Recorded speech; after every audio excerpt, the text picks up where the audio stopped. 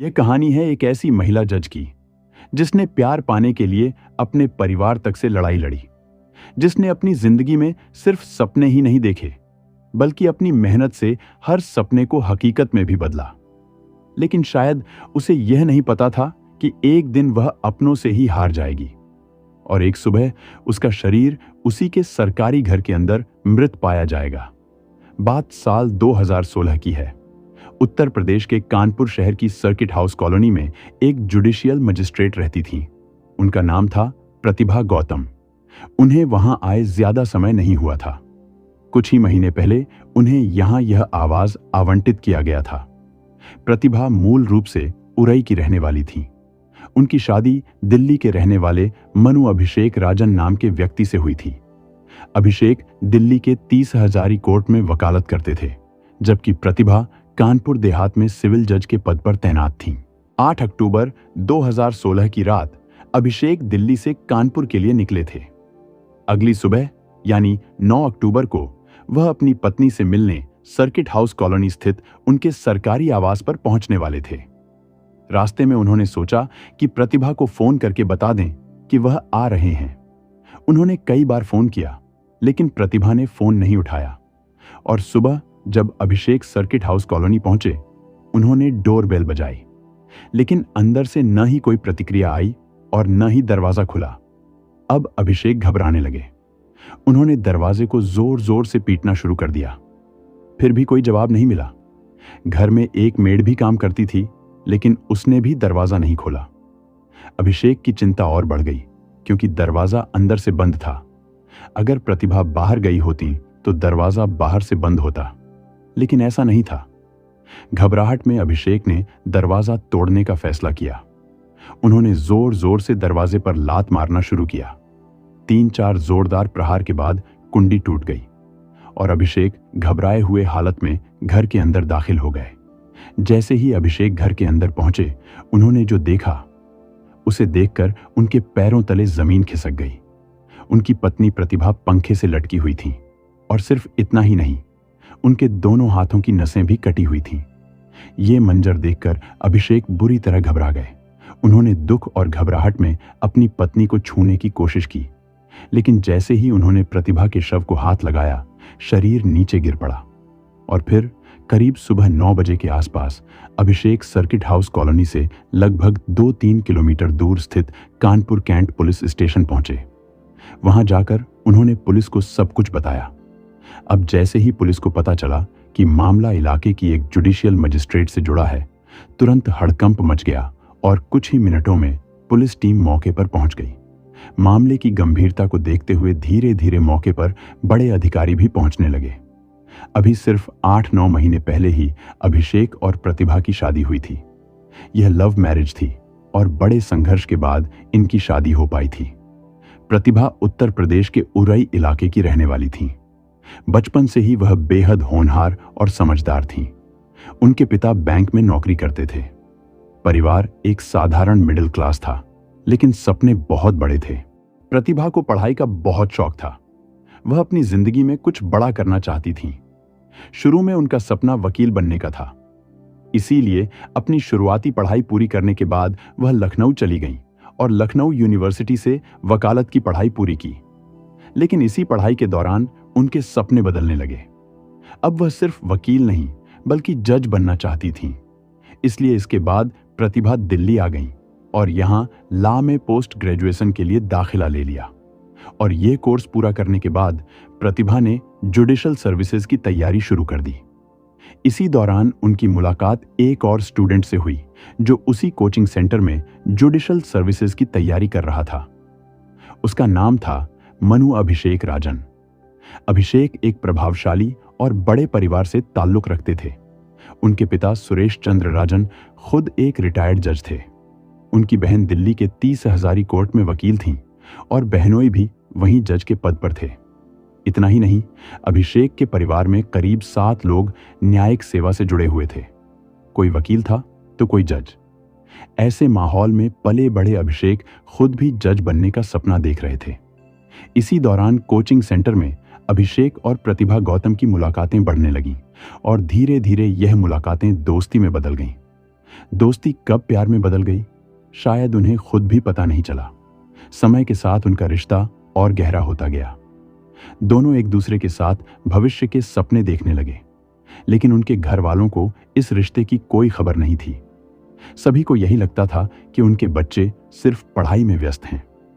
अभिषेक का परिवार दिल्ली के करोल बाग में रहता था, जबकि प्रतिभा का परिवार उत्तर प्रदेश के उरई में ही रहता था। साल 2013 में PCSJ का एग्जाम हुआ। यह वही परीक्षा थी जिसे पास करने के बाद उनका जज बनने का सपना पूरा हो सकता था। दोनों ने पूरी मेहनत से परीक्षा दी और जब रिजल्ट आया तो प्रतिभा ने परीक्षा क्लियर कर ली, लेकिन अभिषेक इस परीक्षा को पास नहीं कर पाए। यह उनके लिए बड़ा झटका था। जहां एक तरफ प्रतिभा अपने सपने की ओर बढ़ रही थी, वहीं अभिषेक का सपना अधूरा रह गया। अब वह जज नहीं बन पाए थे और उन्हें वकालत ही करनी थी।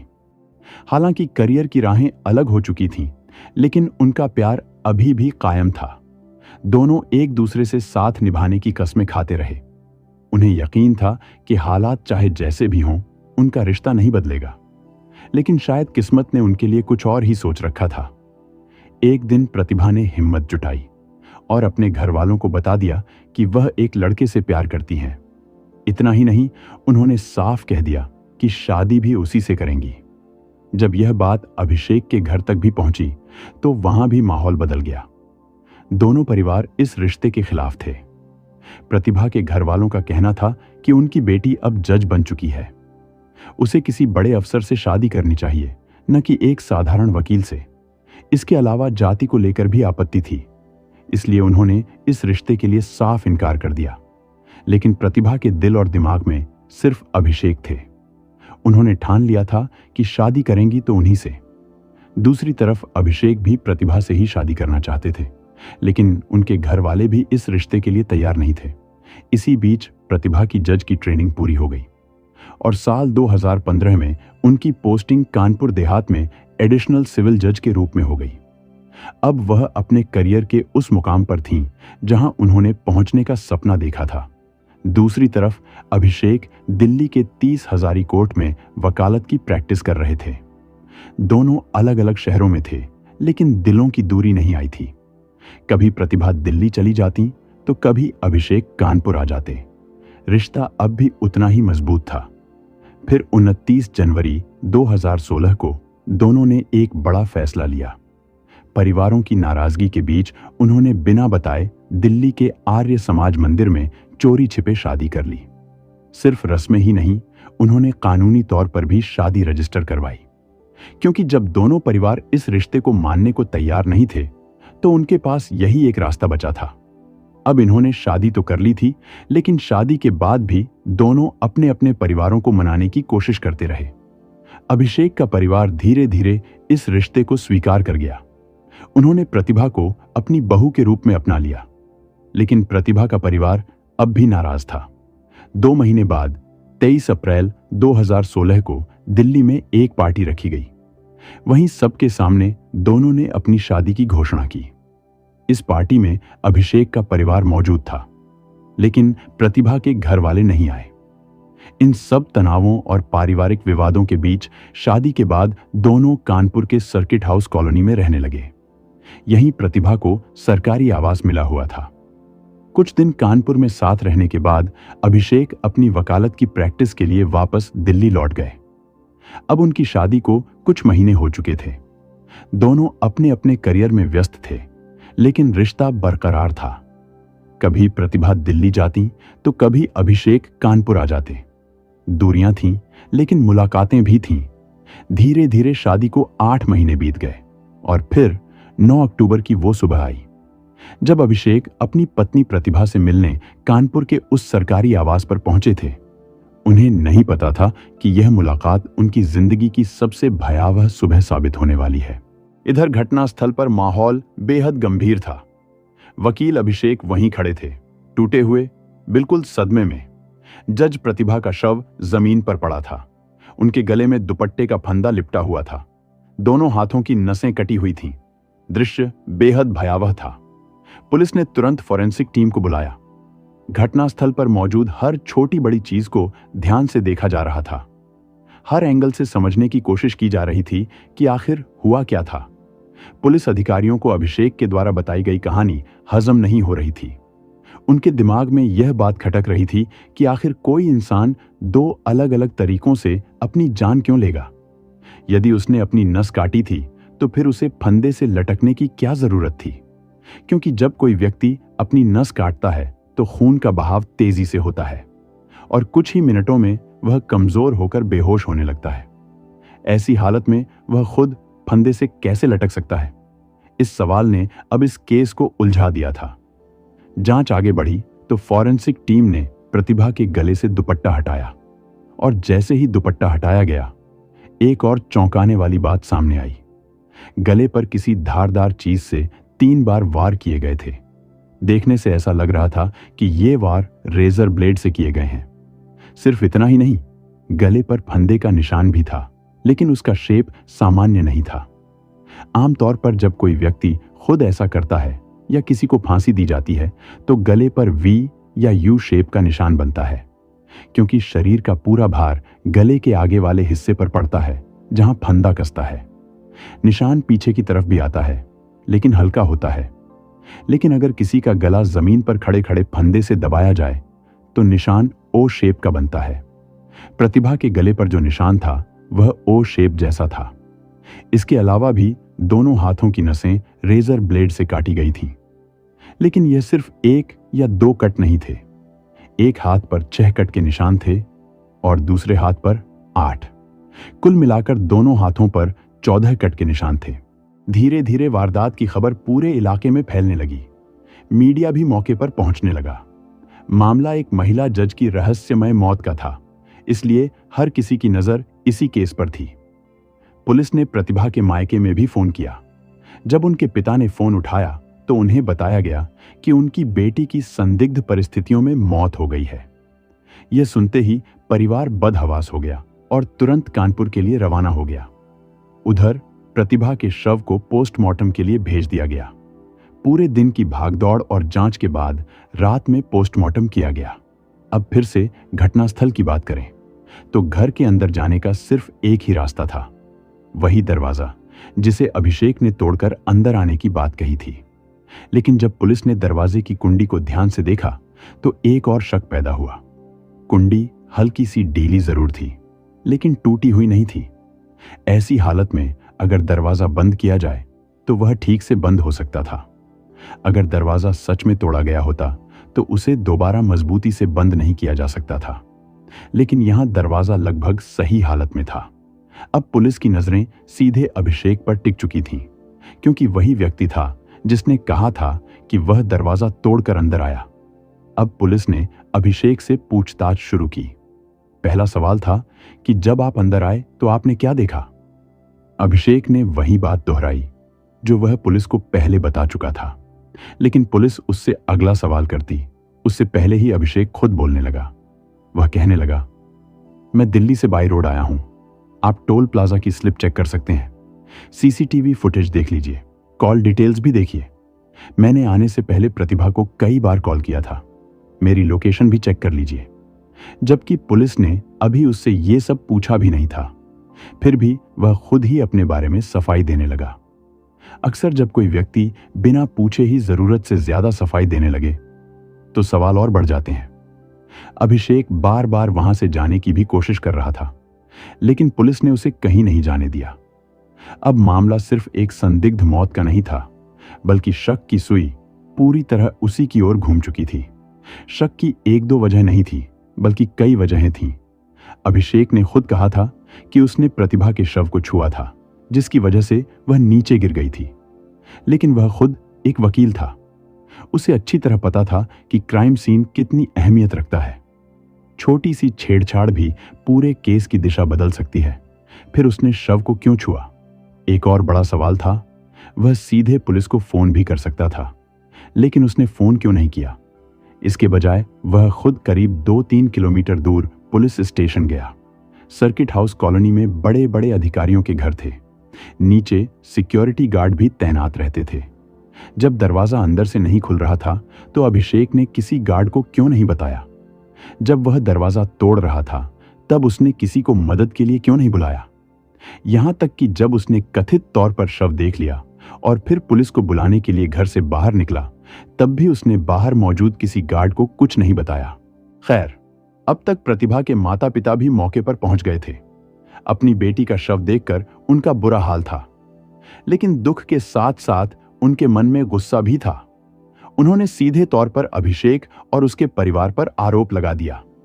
प्रतिभा के पिता का कहना था कि शादी के बाद से ही उनकी बेटी खुश नहीं थी, वह अक्सर परेशान रहती थी। उनका आरोप था कि अभिषेक प्रतिभा को उसके मायके वालों से ठीक से बात नहीं करने देता था। धीरे धीरे उसे उसके परिवार से दूर किया जा रहा था। उनका कहना था कि अभिषेक और उसका परिवार प्रतिभा को पूरी तरह कंट्रोल करता था। इन्हीं आरोपों के आधार पर प्रतिभा के पिता ने अभिषेक और उसके माता पिता के खिलाफ हत्या का मुकदमा दर्ज करा दिया। इस केस में प्रतिभा के माता पिता ने आगे चलकर एक बहुत बड़ी गलती कर दी थी, जिसकी वजह से इस केस में शामिल हत्यारे आज की तारीख में बाहर घूम रहे हैं और शायद अपने पावर के दम पर बच भी निकले। वह कौन सी गलती थी, यह मैं आपको आगे वीडियो में बताऊंगा। 9 अक्टूबर की रात प्रतिभा का पोस्टमार्टम किया गया। 4 डॉक्टरों की टीम ने मिलकर जांच की और जो रिपोर्ट सामने आई उसने पूरे मामले की दिशा बदल दी। रिपोर्ट के मुताबिक मौत का कारण दम घुटना ही था, लेकिन पोस्टमार्टम में यह भी सामने आया कि मौत से पहले प्रतिभा के साथ मारपीट की गई थी।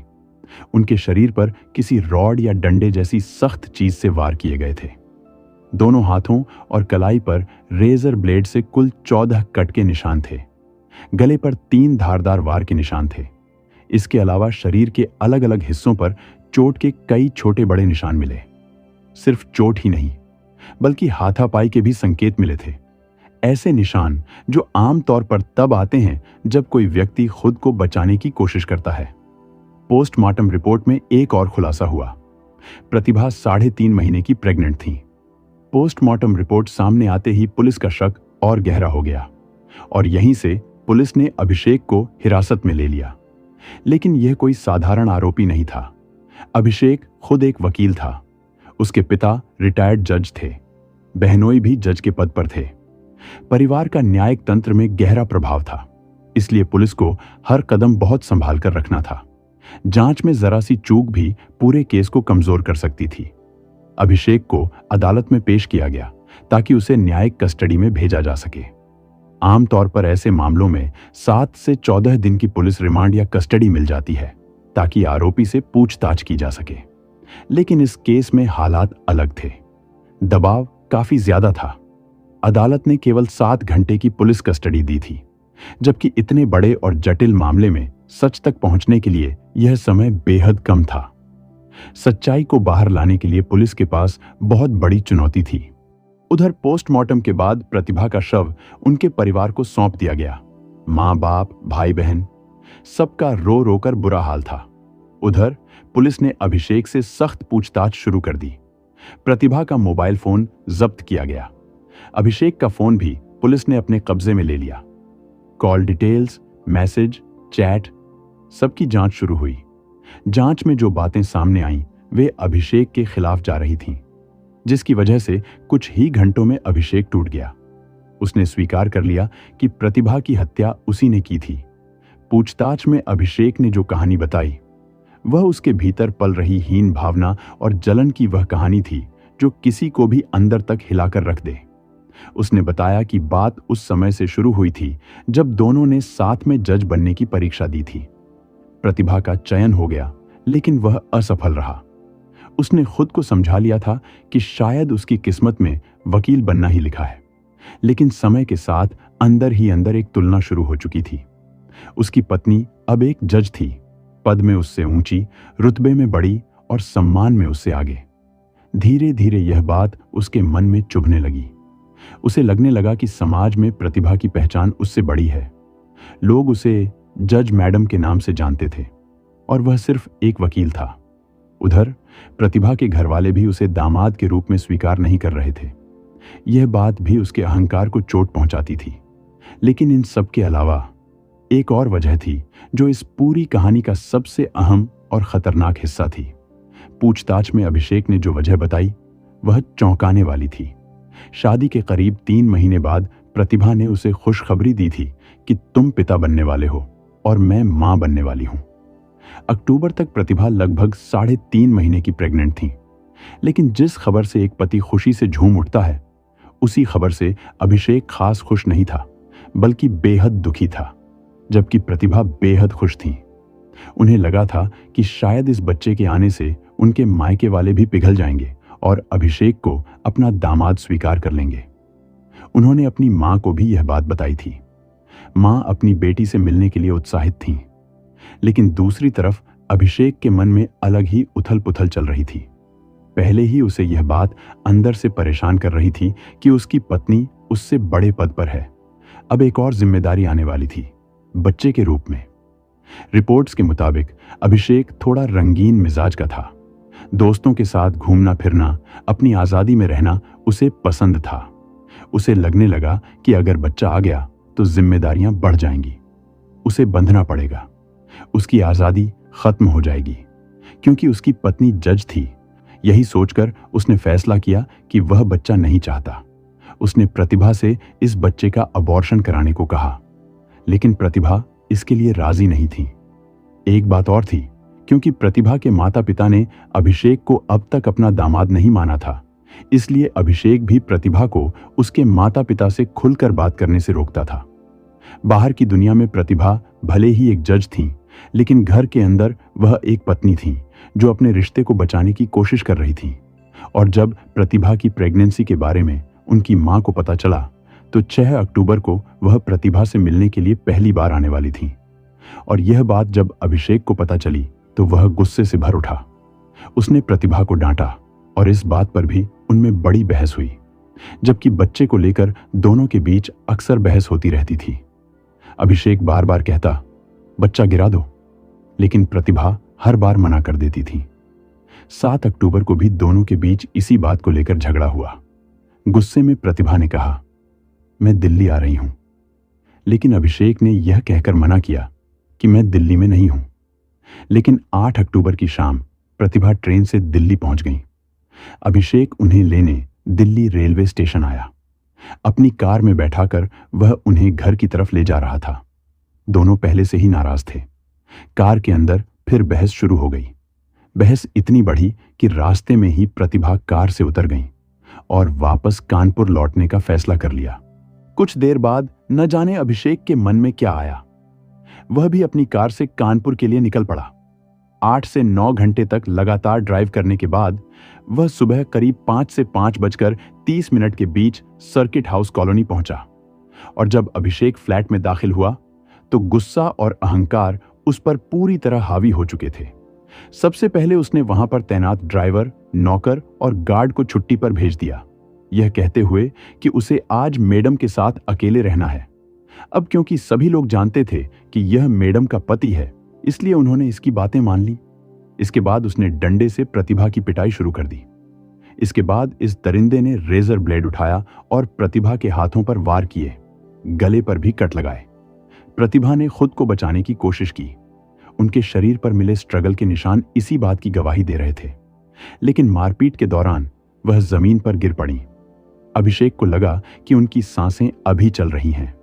तभी उसने प्रतिभा के ही पहने हुए दुपट्टे से उनका गला दबा दिया, जिससे कुछ ही पलों में उनकी सांसें थम गईं। प्रतिभा और उनके गर्भ में पल रहा मासूम, दोनों की जिंदगी खत्म हो चुकी थी। बशर्ते उसी दिन पूछताछ के बाद पुलिस ने मनु अभिषेक को गिरफ्तार कर लिया, लेकिन उसके माता पिता फरार हो गए। उनके खिलाफ कोर्ट ने गैर जमानती वारंट जारी किया। साथ ही कुर्की की कार्रवाई के आदेश भी दिए गए। इसके बाद अभिषेक के माता पिता ने सुप्रीम कोर्ट का दरवाजा खटखटाया, लेकिन सुप्रीम कोर्ट ने उन्हें कानपुर की अदालत में सरेंडर करने का निर्देश दिया। आखिरकार 18 अक्टूबर को फरार चल रहे दोनों आरोपी कोर्ट में पेश हुए। इसके बाद अभिषेक ने जमानत के लिए हर संभव कानूनी रास्ता अपनाया। यहां तक कि सुप्रीम कोर्ट तक उसने बेल की अर्जी लगाई, लेकिन हर बार उसकी याचिका खारिज कर दी गई। समय बीतता गया और साल 2022 आ चुका था। अब तक अभिषेक को जेल में करीब 5 साल हो चुके थे। फिर अप्रैल 2022 में एक बड़ा मोड़ आया। हाई कोर्ट से उसे जमानत मिल गई और लगभग 5 साल बाद वह जेल से बाहर आ गया और इस समय भी वह बाहर ही है। इसके जमानत मिलने में प्रतिभा के पिता की बड़ी भूमिका थी और यह हमारे लिए एक सबक भी है। दरअसल जब अभिषेक को गिरफ्तार किया गया था तो उसे हत्या के जुर्म में गिरफ्तार किया गया था और शुरुआती चार्जशीट में भी हत्या का आरोप ही था।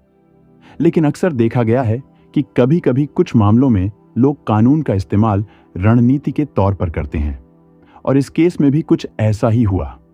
प्रतिभा के माता-पिता को भी किसी ने बताया होगा कि यदि इस केस में दहेज हत्या भी जोड़ दी जाए तो अभिषेक के साथ साथ उसके माता-पिता का भी बच पाना मुश्किल हो जाएगा। इसलिए उनके पिता ने चार्जशीट दायर होने के बाद भी कोर्ट में याचिका दायर करके इसमें दहेज हत्या का मामला भी जुड़वा दिया था और इस प्रक्रिया के दौरान हत्या का मुकदमा भी आगे नहीं बढ़ पाया था। फिर लॉकडाउन लग गया था जिसकी वजह से इस केस में बिना कार्रवाई के करीब 5 साल बीत गए थे और इसी आधार पर अपराधियों को जमानत मिल गई। लेकिन जमानत का मतलब बरी होना नहीं होता। यह केस अभी भी अदालत में चल रहा है। अंतिम फैसला अब भी आना बाकी है। यह कहानी सिर्फ एक क्राइम स्टोरी नहीं है। यह कहानी है उस मानसिकता की जहां प्यार से शुरू हुआ रिश्ता अहंकार की आग में जलकर खून में बदल गया। अब देखना यह होगा कि इस केस में अदालत का अंतिम फैसला क्या आता है और क्या जज प्रतिभा गौतम और उनके अजन्मे बच्चे को कभी इंसाफ मिल पाएगा। आप इस पूरे मामले के बारे में क्या सोचते हैं? क्या आपको लगता है कि इस केस में सही इंसाफ हो पाएगा? अपनी राय हमें कमेंट में जरूर बताइए। जय हिंद।